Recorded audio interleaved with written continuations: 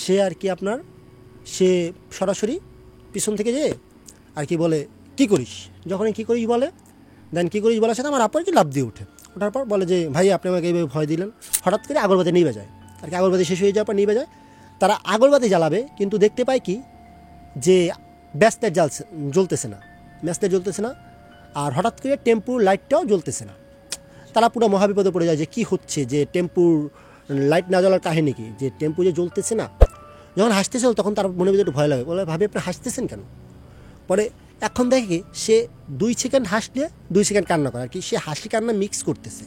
এরকম করতে করতে সে দেখলো সে ওই আর কি যে ইসে উত্তর দিকটা আছে ওদিকে হাঁটতে হাঁটতে যাইতেছে।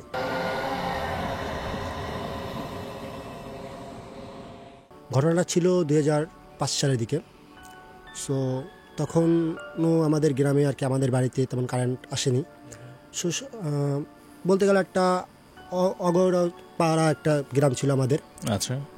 সো একদিন হয়েছে কি, আমি ঘটনা যেটা বলতেছি এটা হলো আমার পাশের বাড়ি এক ভাইয়ের ঘটনা। আচ্ছা। সো আমি আগে ভাই আমাদের বাড়ির আর কি আপনার ম্যাপটা বলতেছি যে আমাদের বাড়ির ম্যাপটা হলো গিয়ে একটা বর্গাকারভাবে একটা বাড়ি। সো এর 3 পাশে ছিল আপনার গিয়ে জমি, ফসলের ক্ষেত ছিল, আর মাঝখানে আমাদের বাসা।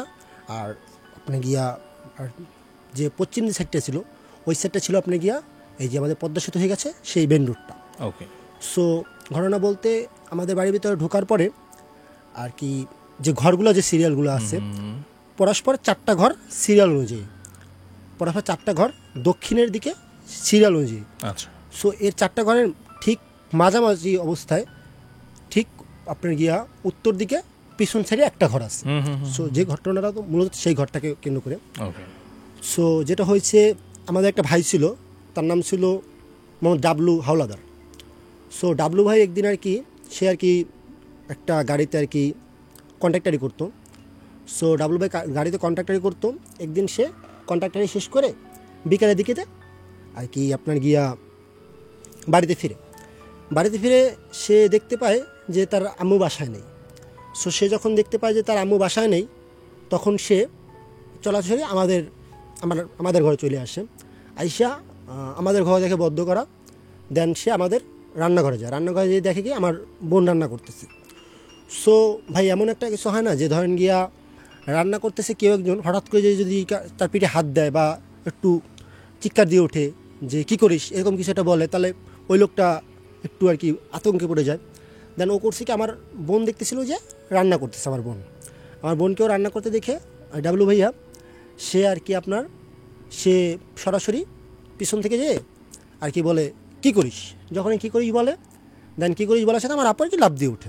ওঠার পর বলে যে ভাই আপনি আমাকে এইভাবে ভয় দিলেন। এটা বলার পরে তারপর বলে যে ভাই আপনার আম্মু তো আপনার বোনের বাসায় গেছে, চাবি রেখে গেছে, আপনি ঘরে গিয়ে ভাত খান।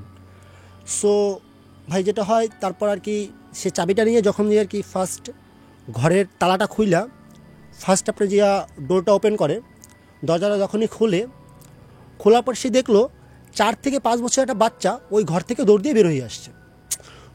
সে যখন দেখলো যে ওই ঘর থেকে আর কি বাচ্চারা দৌড় দিয়ে বের হয়ে আসছে, ওইটা দেখে লাফ দিয়ে ওঠে যে কী হইলো, এটা কে। সে ওইটা দেখা সে সরাসরি সেই বাচ্চাটা দৌড় দিয়ে যাওয়ার পর সেই বাচ্চাটা পিছিয়ে গেল পিছনের দিকে, কিন্তু হঠাৎ করে দেখতে পেলো যে পিছনে কোনো বাচ্চা নেই। সো ভাই মজার বিষয়টা যেটা আর কি বলতে ভুলে গেছি যে ওই ডাবলু ভাইয়ের বাসায় তখন তো আর কি আমাদের এলাকায় সচরাচর আর কি আপনার গিয়া টিভি ছিল না, টিভি এসব ছিল না। সো তাদের ঘরে একটা টিভি ছিল, সাদা কালো একটা টিভি ছিল, সো এন্টিনের মাধ্যমে চালানো হইতো। সো তার আম্মু সে ভাবছে কি যে হয়তো বা বাচ্চারা টিভি দেখতেছিল, খাটার নিচে পালাইছিল বাচ্চাটা, আম্মু খেয়াল করে তালা দিয়ে রেখে গেছে। সে নর্মালভাবে নেওয়ার পর সে যে গেল রুমের মধ্যে যেয়ে ভাত খাইলো, ভাত খেয়ে সে চলে গেল আমাদের আর কি ওইখান থেকে বাজানোর পর আমাদের বাজারটা আছে যে বাজারে সবাই আড্ডা দেয়। সো ভাই সে বাজারে গেল, বাজারে যে আড্ডা দিচ্ছে, শীতকালের সময় ছিল 6টার দিকে, 6টা 5:30 6টা এই টাইমটায় সন্ধ্যা যখন হয়ে আসছে সে তার শরীরে জ্বর আসছে, সে বাসার উদ্দেশ্যে রওনা দিবে। ঠিক তখন সে যখন ওইটা হাঁটা দেয় সে পড়ে যাওয়ার পর তাকে সবাই ধৈর্য বাসায় নিয়ে আসে। সে দেখে তার প্রচণ্ড জ্বর, তখন প্রচণ্ড জ্বর দেখে তারা দেরি না করে সরাসরি আমাদের যে উপজেলা স্বাস্থ্য কমপ্লেক্স আছে ওইখানে নিয়ে যায়। উপজেলা স্বাস্থ্য কমপ্লেক্সে নিয়ে যাওয়ার পর ওইখানে যে ডাক্তাররা ছিল তারা বলে যে ওর এখানে রাখা পসিবল না, ওর জ্বর অতিরিক্ত বা ওর শরীর অতিরিক্ত খারাপ হয়ে যাইতেছে, আপনারা ওকে আমাদের জেলা হসপিটাল নিয়ে যান। তখন ভাইকে জেলা হসপিটাল নিয়ে যাওয়া হয়। ভাই কষ্ট হলো, জেলা হসপিটাল যখন নিয়ে যাওয়ার সে রাত 8:30 কি 9টার দিকে সে মারা যায়। সো আর কি যখন সে মারা যাওয়ার পর কী করবে, তার আম্মু তো কান্নাকাটি শুরু করে দেয়। সো ওখানে তখন গিয়েছিল আর কি, ওই যে রুগী ছিল তার সাথে গিয়েছিল আবার আম্মু আর ওই ভাইয়ের আম্মু, এই দুইজন, আর ওই ভাইয়ের যে দুলা ভাই, আর গিয়ে তার এক চাচা আর তার এক ফুফা, মোট 5 জন তার সাথে গিয়েছিল। সে এখন মারা গেছে, তো লাশটাকে তো বাসার দিকে আনতে হবে। সো যদি মৃত্যু পর্যন্ত ঘটনা শেষ হয়ে যেত তাহলে তো ঠিক ছিল, কিন্তু এরপর আরও বেশি ভয়ঙ্কর কিছু ঘটতে শুরু করে। যখন সে আর কি আপনার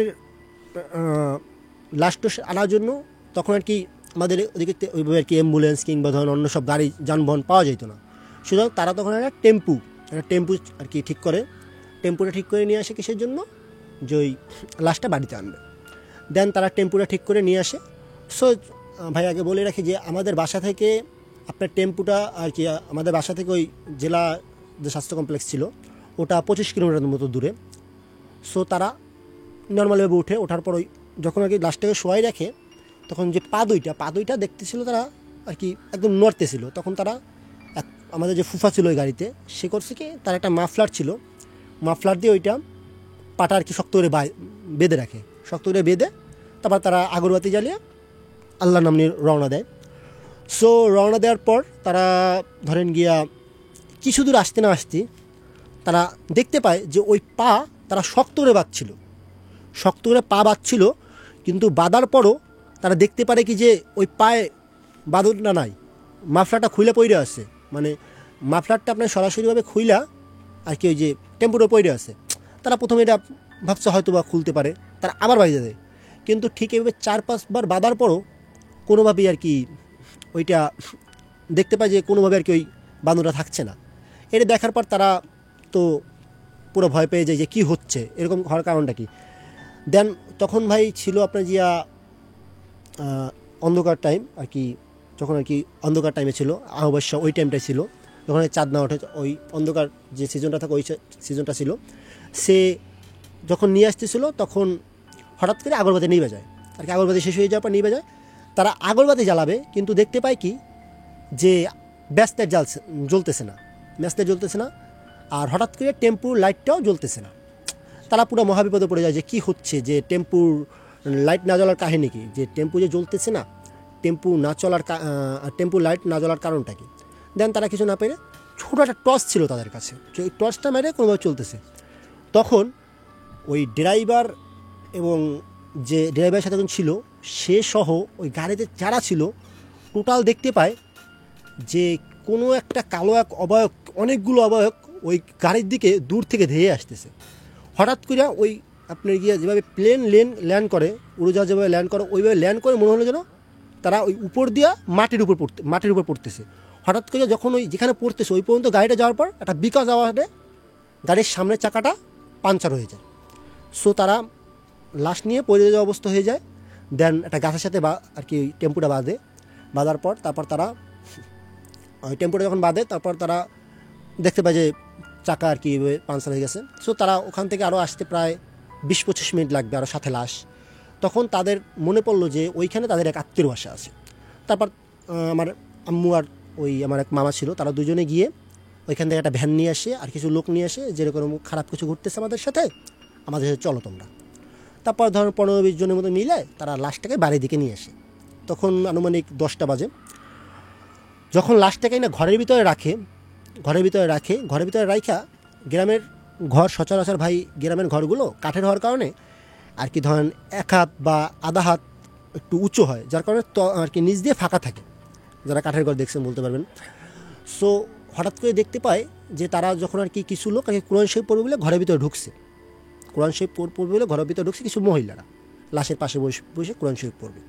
তখন তারা দেখতে পায় কেউ একজন ওই লাশের পা ধরে টানতেছে, আর কেউ একজন হাত দিয়ে লাশের পা ধরে টানতেছে। সো এইগুলো তারা দেখার পর তারা পুরো ভয় পেয়ে যায়। ভয় পাওয়ার পর তারা বুঝতে পারে কিছু একটা খারাপ কিছু একটা ঘটবে। তারা ওইগুলো দেরি না করে তারা ওই রাত্রের মধ্যে বাড়ির ভিতরে যে লোক ছিল, আশেপাশে যে লোক ছিল, জানাজা দিয়ে লাস্টে রাত প্রায় 1:30টার দিকে দাফন করে। সো এই দাফন দেওয়ার পর তারা বুঝতে পারে আর কি, দাফন দেওয়ার পর সারা রাত্রে যখন তারা সবাই ঘুমাইতেছিল বাড়ির ভিতরে, সবাই টের পায় যে ওই যে কবরস্থান তার পাশে বিশাল এক বাঁশঝাড়। ওই রাতে ওই বাঁশঝাড়টা পুরোপুরি মনে হচ্ছিল যেন ভাইঙা পড়তেছে, এরকম আশ্রা আর কি ভাইঙা পড়তেছিল এরকম আর কি সবাই টের পাইতেছিল। সবাই এবার টের পাওয়ার পর তারপর তারা আর ভাবলো যে কী না কী হয়েছে, তারা এটা ভাইবা তারা বললো যাক ব্যাপার না হয়েছে। কিন্তু ঘটনাগুলো ঘটতে শুরু করে তার পরদিন রাত থেকে। পরদিন রাতে আমাদের এলাকা আর কি যারা সাধারণত মারা যায় তাদের জন্য 3 দিনের মাথায় একটা মিলাদের ব্যবস্থা করা হয়। কিছু গরিব মিসকিন লোক বা যারা রিলেটিভ আছে তাদের আইনা দাওয়াত দিয়ে খাওয়ানো হয় দোয়া দুরুদ পড়ার পরে। সো ওইটা আর কি আলাপ আলোচনা করার জন্য ওই যেদিন মারা গেছে তার পর দিন কিছু লোক বসছে আর ওই যে সবাইকে আলাপ আলোচনা করতেছে। তো ওর ভিতরে একটা লোক ছিল যে ওই যে বলছিলাম যে তার যে একজন বোন আছে আর কি ডাব্লিউ ভাইয়ের, সে যে বোনটা ছিল তার দেবর বলতে তার হাজব্যান্ডের ছোটো ভাই। সো সে থাকার পর তাকে সে করলো কি, তার আলাপ আলোচনা করতেছে, সে এক পর্যায়ে করলো কি একটা স্মোকের অভ্যাস ছিল। সো স্মোক করার জন্য সে আর কি ঘরের পেছন সাইডে গেছে, পেছন সাইডে গিয়ে আর কি স্মোক করতেছে। হঠাৎ করে সে দেখলো স্মোক শেষ করে যখন সে আর কি বাসার দিকে আর কি ওই রুমের দিকে যাবে, তখন সে দেখতে পেলো কি যে ওই তার ঘরের পিছন সাইডে কেউ একজন বসে কান্না করতেছে। এখন সে একটা মহিলার মতো দেখা সে ভাবলো যে এটা হয়তো বা তার ভাবি। সে তারপর তার কাছে ধরেন তাদের আর কি ওই যে ভাই ছিল আর কি তাদের দেবর, ওই আপুর যে দেবর, সেই দেবর আর ওই যে মহিলা কান্না করতেছিল তার ডিস্টেন্স হবে ধরেন গিয়া 10 থেকে 12 হাত। সো এরকম 10-12 ফিট তাদের দূরত্ব হওয়ার পর সে তার কাছে যাবে, ঠিক তখনই সে দাঁড়াই যায়, বসা থেকে দাঁড়িয়ে হিহিক করে হাসিয়ে দেয়। যখন হাসতেছিল তখন তার মনের ভিতরে ভয় লাগে, বলে ভাবি আপনি হাসতেছেন কেন? পরে এখন দেখে সে 2 সেকেন্ড হাসলে 2 সেকেন্ড কান্না করে আর কি, সে হাসি কান্না মিক্স করতেছে। এরকম করতে করতে সে দেখলো সে ওই আর কি যে সে উত্তর দিকটা আছে ওদিকে হাঁটতে হাঁটতে যাইতেছে, সেও তার পিছ হাঁটতেছে। হঠাৎ করে সে দেখলো যে একটা পিঁপড়ে বা মাকড়সা যেভাবে গাছে হাইটা ওঠে, ঠিক তেমনিভাবে ওই যে আর কি যে কান্না করতেছে যে মহিলাটা, সে ঠিক তেমনিভাবে সে হাইটা ওই আপনার গিয়া দিকে উঠতেছিল, ওই গাছে উঠতেছিল। যখন সে দেখলো যে গাছের দিকে উঠতেছিল ওই যে হাইটা, তখন সে মা বলে একটা চিক দিয়ে ওইখানে পড়ে যায়, অজ্ঞান হয়ে যায়। দেন তাকে যখন নিয়ে আসে তখন সে বুঝতে পারে কি যে, তখন তাকে নিয়ে এসে জ্ঞান টন ফেরে, তখন সে বলে এটা ঘটছে। দেন গেল, দেন তারপরের দিন মিলাদ টিলাদ সব ঠিকঠাক আলহামদুলিল্লাহ। তারপর একদিন ভালোভাবেই কাটলো। দেন ঠিক তার পরের দিন ওই আর কি আমার এক মামি, সেই মামি তার মেয়ে আর কি একটা ছোটোটা মেয়ে আছে তার রুনা, ওকে নিয়ে বাইরে বেরোইছে। সচরাচর বাচ্চা মানুষ, পিছন সাইডে তাদের ওয়াশরুম ছিল আর কি, বাইরের সাধারণত আপনার ওয়াশরুমগুলো হয়। সুতরাং বাইরে ওয়াশরুম পিছন সাইডে, সেই কারণে সে বলছে যে এমনি ভয় করে দরকার নেই যাওয়ার। সো সে করছে কি ওই আপনার গিয়া সামনের যে বাচ্চারা বলছে যে তুই তো ছোটো মানুষ, বাচ্চা উঠানের সামনে একটু ঝোপাস, এখানে গিয়া আর কি তোর ইটা কইরায় প্রস্রাব করতে যাবে, কইরায় সমস্যা নেই। যখন গেল তখন সে দেখতে পায় যে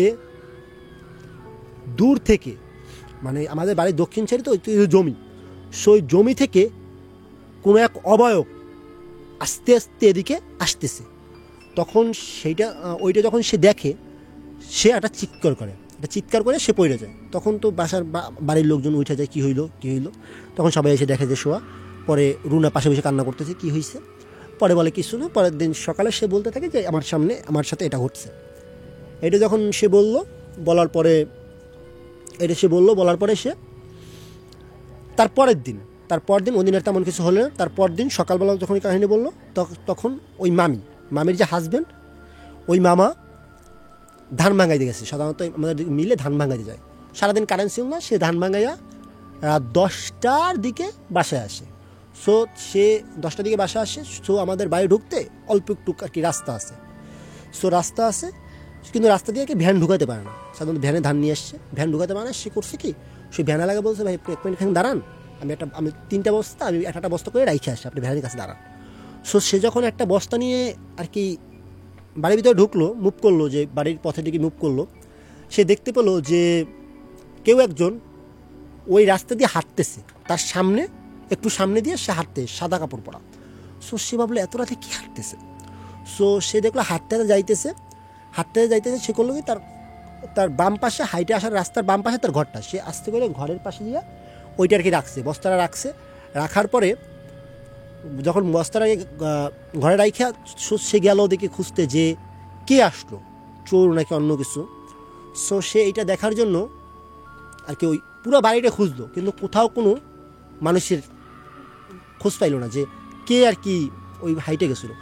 সো এটা নিয়ে তো সবাই আর কি খুব ভয় পেয়ে যায়, কি হইলো এখন, এরকম তো হইলে চলবে না, বাড়ির ভিতরে এই কেউ ঠিক মতো বেরোইতে পারে না।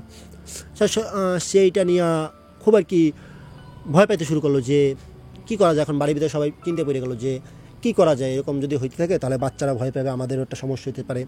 সো সবাই এটা ভাইবা দেন আমাদের এখানে লাল মিয়া নামে একজন হুজুর আছে। সুতরাং সেই লাল মিয়া হুজুর আর কি, আমি বলতে পারি না আল্লাহ তাকে কী একটা তার একটা শক্তি দিয়েছে, অলৌকিক শক্তি। আপনি ভাই বুঝবেন না যে কোথাও মানুষ মারা গেলে অটোমেটিক সে সেইখানে হাজির। কীভাবে যে সে জানে বা তার কাছে কীভাবে খবরটা যায় বলতে পারি না। এই পর্যন্ত মেবি সে 100+ লাশের গোসল করাইছে এবং দাফন করাইছে, 100+ লোকের।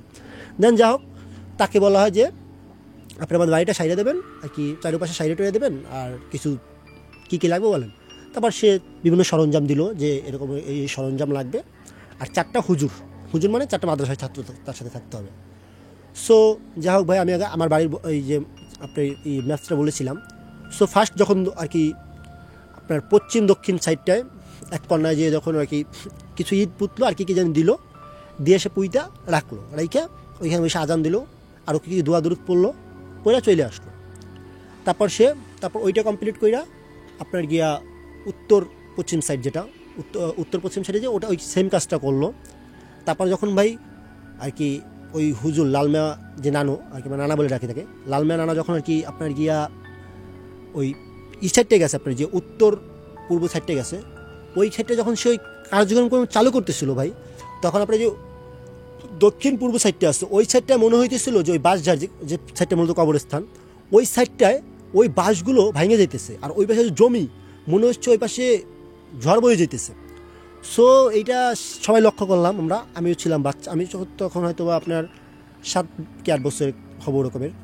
সো তখন আর কি আমিও ওদের সাথে ছিলাম, তখন দেখলাম যে ওই পাশটা পুরো আর কি ভাঙে চলে যাইতেছিল। যখন এটা গেল, সো এটা যাওয়ার পর সে ওইটা মোটামুটি করলো, ওইখানে কভার করে সে যখন আর কি আপনার এই সাইডটা আসলো যে কবরস্থানের সাইডটায়, ওইখানে আসার পর আমার স্পষ্টভাবে মনে আছে যে আমাদের হাতে হেরিকেন ছিল, টর্চ ছিল, দেন আরও অনেক আর কি আলোর সরঞ্জাম ছিল। ওইখানে আসার পর টোটালি সব অফ, মানে কিছু চলতেছে না। আর ভাই যে দোয়া দুরুদগুলো পড়বে, সেই দোয়া দুরুদগুলো তাদের মুখ থেকে বেরোচ্ছে না, আজান দিচ্ছে সেই আজানের মধ্যে তাদের মুখ থেকে বেরোচ্ছে না, কেমন যেন চারিদিকে আর কি একটা ভয়ঙ্কর পরিবেশ তৈরি হয়ে গেছে। সো তারা কোনোভাবে কষ্ট করে এখানে ইটেট গেছে, তাড়াতাড়ি সবাই বাসায় আসলাম, খাওয়া দাওয়া করলাম, হুজুর 4জনকে চলে গেল। তারপর ওই লাল মেয়া যে নানা তারা আমরা রাঙ্গু নানা বলে ডাকতাম। তো রাঙ্গু নানা করলো কি আপনার গিয়া তার সেবাটা মসজিদে আর কিমামতি করতো, তার সকাল ফজর সময় নামাজ পড়তে হবে। সো সে বললো তাহলে আমি এখন যাই, তখন আনুমানিক আপনার রাত 11টার মতো বাজে। সো সে যখন বললো যে আমার এখন যাই, সে বইলা বাসা থেকে বের হয়েছে। সো সে বাসা থেকে বের হওয়ার পর মেন রোড ধরে হাঁটতেছে, কিছু দূর হাঁটার পর একটা ছোটো কালভার্ট আছে, কালভার্টটা পার হয়ে যখন সে ওই কালভার্টের ওপারে গেল, তখন সে দেখতে পায় যে একটা দানবের মতো কিছু একটা আর কি রাস্তার 2 পাশে সাইডে গাছ ছিল। সো বড় মেহগনি গাছের 2 পাশে 2টা পা, বিশাল এক দানব, তার একটা যে লোম, এটা লোম আমাদের এক হাতের চেয়ে বড়। সো এইটা আর কি যখন সে দেখে যে তাকে বলতেছে তুই ওদিকে কেন গেছিলি, পরে এইসব বলাটার পর বলতেছে যে আমার ভুল হয়ে গেছে, তখন বল তোর ভুলের কোনো ক্ষমা নাই বইলা তাকে অনেকক্ষণ কথাবার্তা বলার পর তাকে যখন আর কি একটা পেজিয়া তার গায়ের উপর যখন আর কি ভর দিবে বা তাকে একটা ঠাসা দেবে, যেটা বলে যে যখন তার গায়ের উপর ভর দিয়ে তাকে একটা আর কি ঠাসা দিবে, তখনই একটা পিছন থেকে একটা গাড়ি চলে আসছে। যখন সেখানে তারা চাপটা দিতে পারে না, একটা বাইক চলে আসে, একটা বাইকে আসার পর বলে যে হুজুর আপনি এখানে পড়ে আছেন কেন? পরে বলে যে এই কাহিনী, আমাকে একটু আমার মসজিদ পর্যন্ত আগায় দিয়ে আসো। তারপর সে বাইকে করে নিয়ে তার মসজিদ পর্যন্ত আগায় দিয়ে আসলো। সো তারপর দিন সকালে আর কি কথা ছিল কি, তারপর দিন রাত্রিবেলা আবার আইসা 4টা তাবিজ ওই 4 কানা দিয়া 4টা গাছের সাথে বাইরে দিয়ে আসবে। কিন্তু পরদিন সকালে সে এসে সরাসরি বলে, আমাদের কাছে অস্বীকার যায় যে ভাই আমি এই কাজটা করতে পারবো না আর কি, আমার বাসায় যে লোকজন ছিল যে এই কাজটা আমি করতে পারবো না, এই কাজটা করতে গেলে আমার অনেক রিস্ক, এরকম আমি কাল রাতে স্বপ্নে দেখছি যে তুই যদি এই কাজ করতে যাস তাহলে তোর জীবনের ঝুঁকি আছে, তোর জীবন মানে নিয়ে নেবো কাইরা। কোনো একটা কালো যে অবয়বটা আমাকে ঠাসতে চাইছিল সেই আমাকে বলছে আইসা যে আমি তাহলে তোর জীবন নিয়ে নেবো। সো এর ভিতরে ছোটো একটু বিষয় আমি আর কি অ্যাড করি। ওই রাঙ্গুনা তখন বলে যে এর কিছুদিন আগে আর কি, এর কিছু মানে কি কিছু বছর আগে সে যখন নতুন নতুন আর কি হুজুর হয়েছে, আলেম যখন হয়েছে নতুন নতুন, সো তখন সে এরকম একটা কাজ করতে গিয়ে ওরকম একটা কাজ করতে যায়, কাজ করার পর তার পুরুষাঙ্গ সমস্যা হয়, তারপর সেইখানে আঘাত করে ওই যে জিনেরা ছিল, খারাপ জিনেরা, তারা ওইখানে আঘাত করে, যে কোনো একটা বাড়ির কাজ করতে গেছিলো তো আঘাত করে। সুতরাং আমার ঘটনা পুরোপুরি খেয়াল নাই। তখন সে বলে যে আমি আমার লাইফের একটা জিনিস হারাই ফেলাইছি, যার কারণে আমি এখন পর্যন্ত বিবাহ করতে পারি নাই, আর কোনোদিন বিবাহ করা সম্ভব না, আমি আমার জীবনটা এখন হারাইতে চাই না, এইটা বইলা সে চইলা যায়। আর তারপর ওই কাজগুলো করে না, তারপর আমার বাড়ি মোটামুটি ঠিক হয়ে যায়। জাগো এফএম এর অ্যাপ এখন পাওয়া যাচ্ছে অ্যাপ স্টোর এবং প্লে স্টোরে।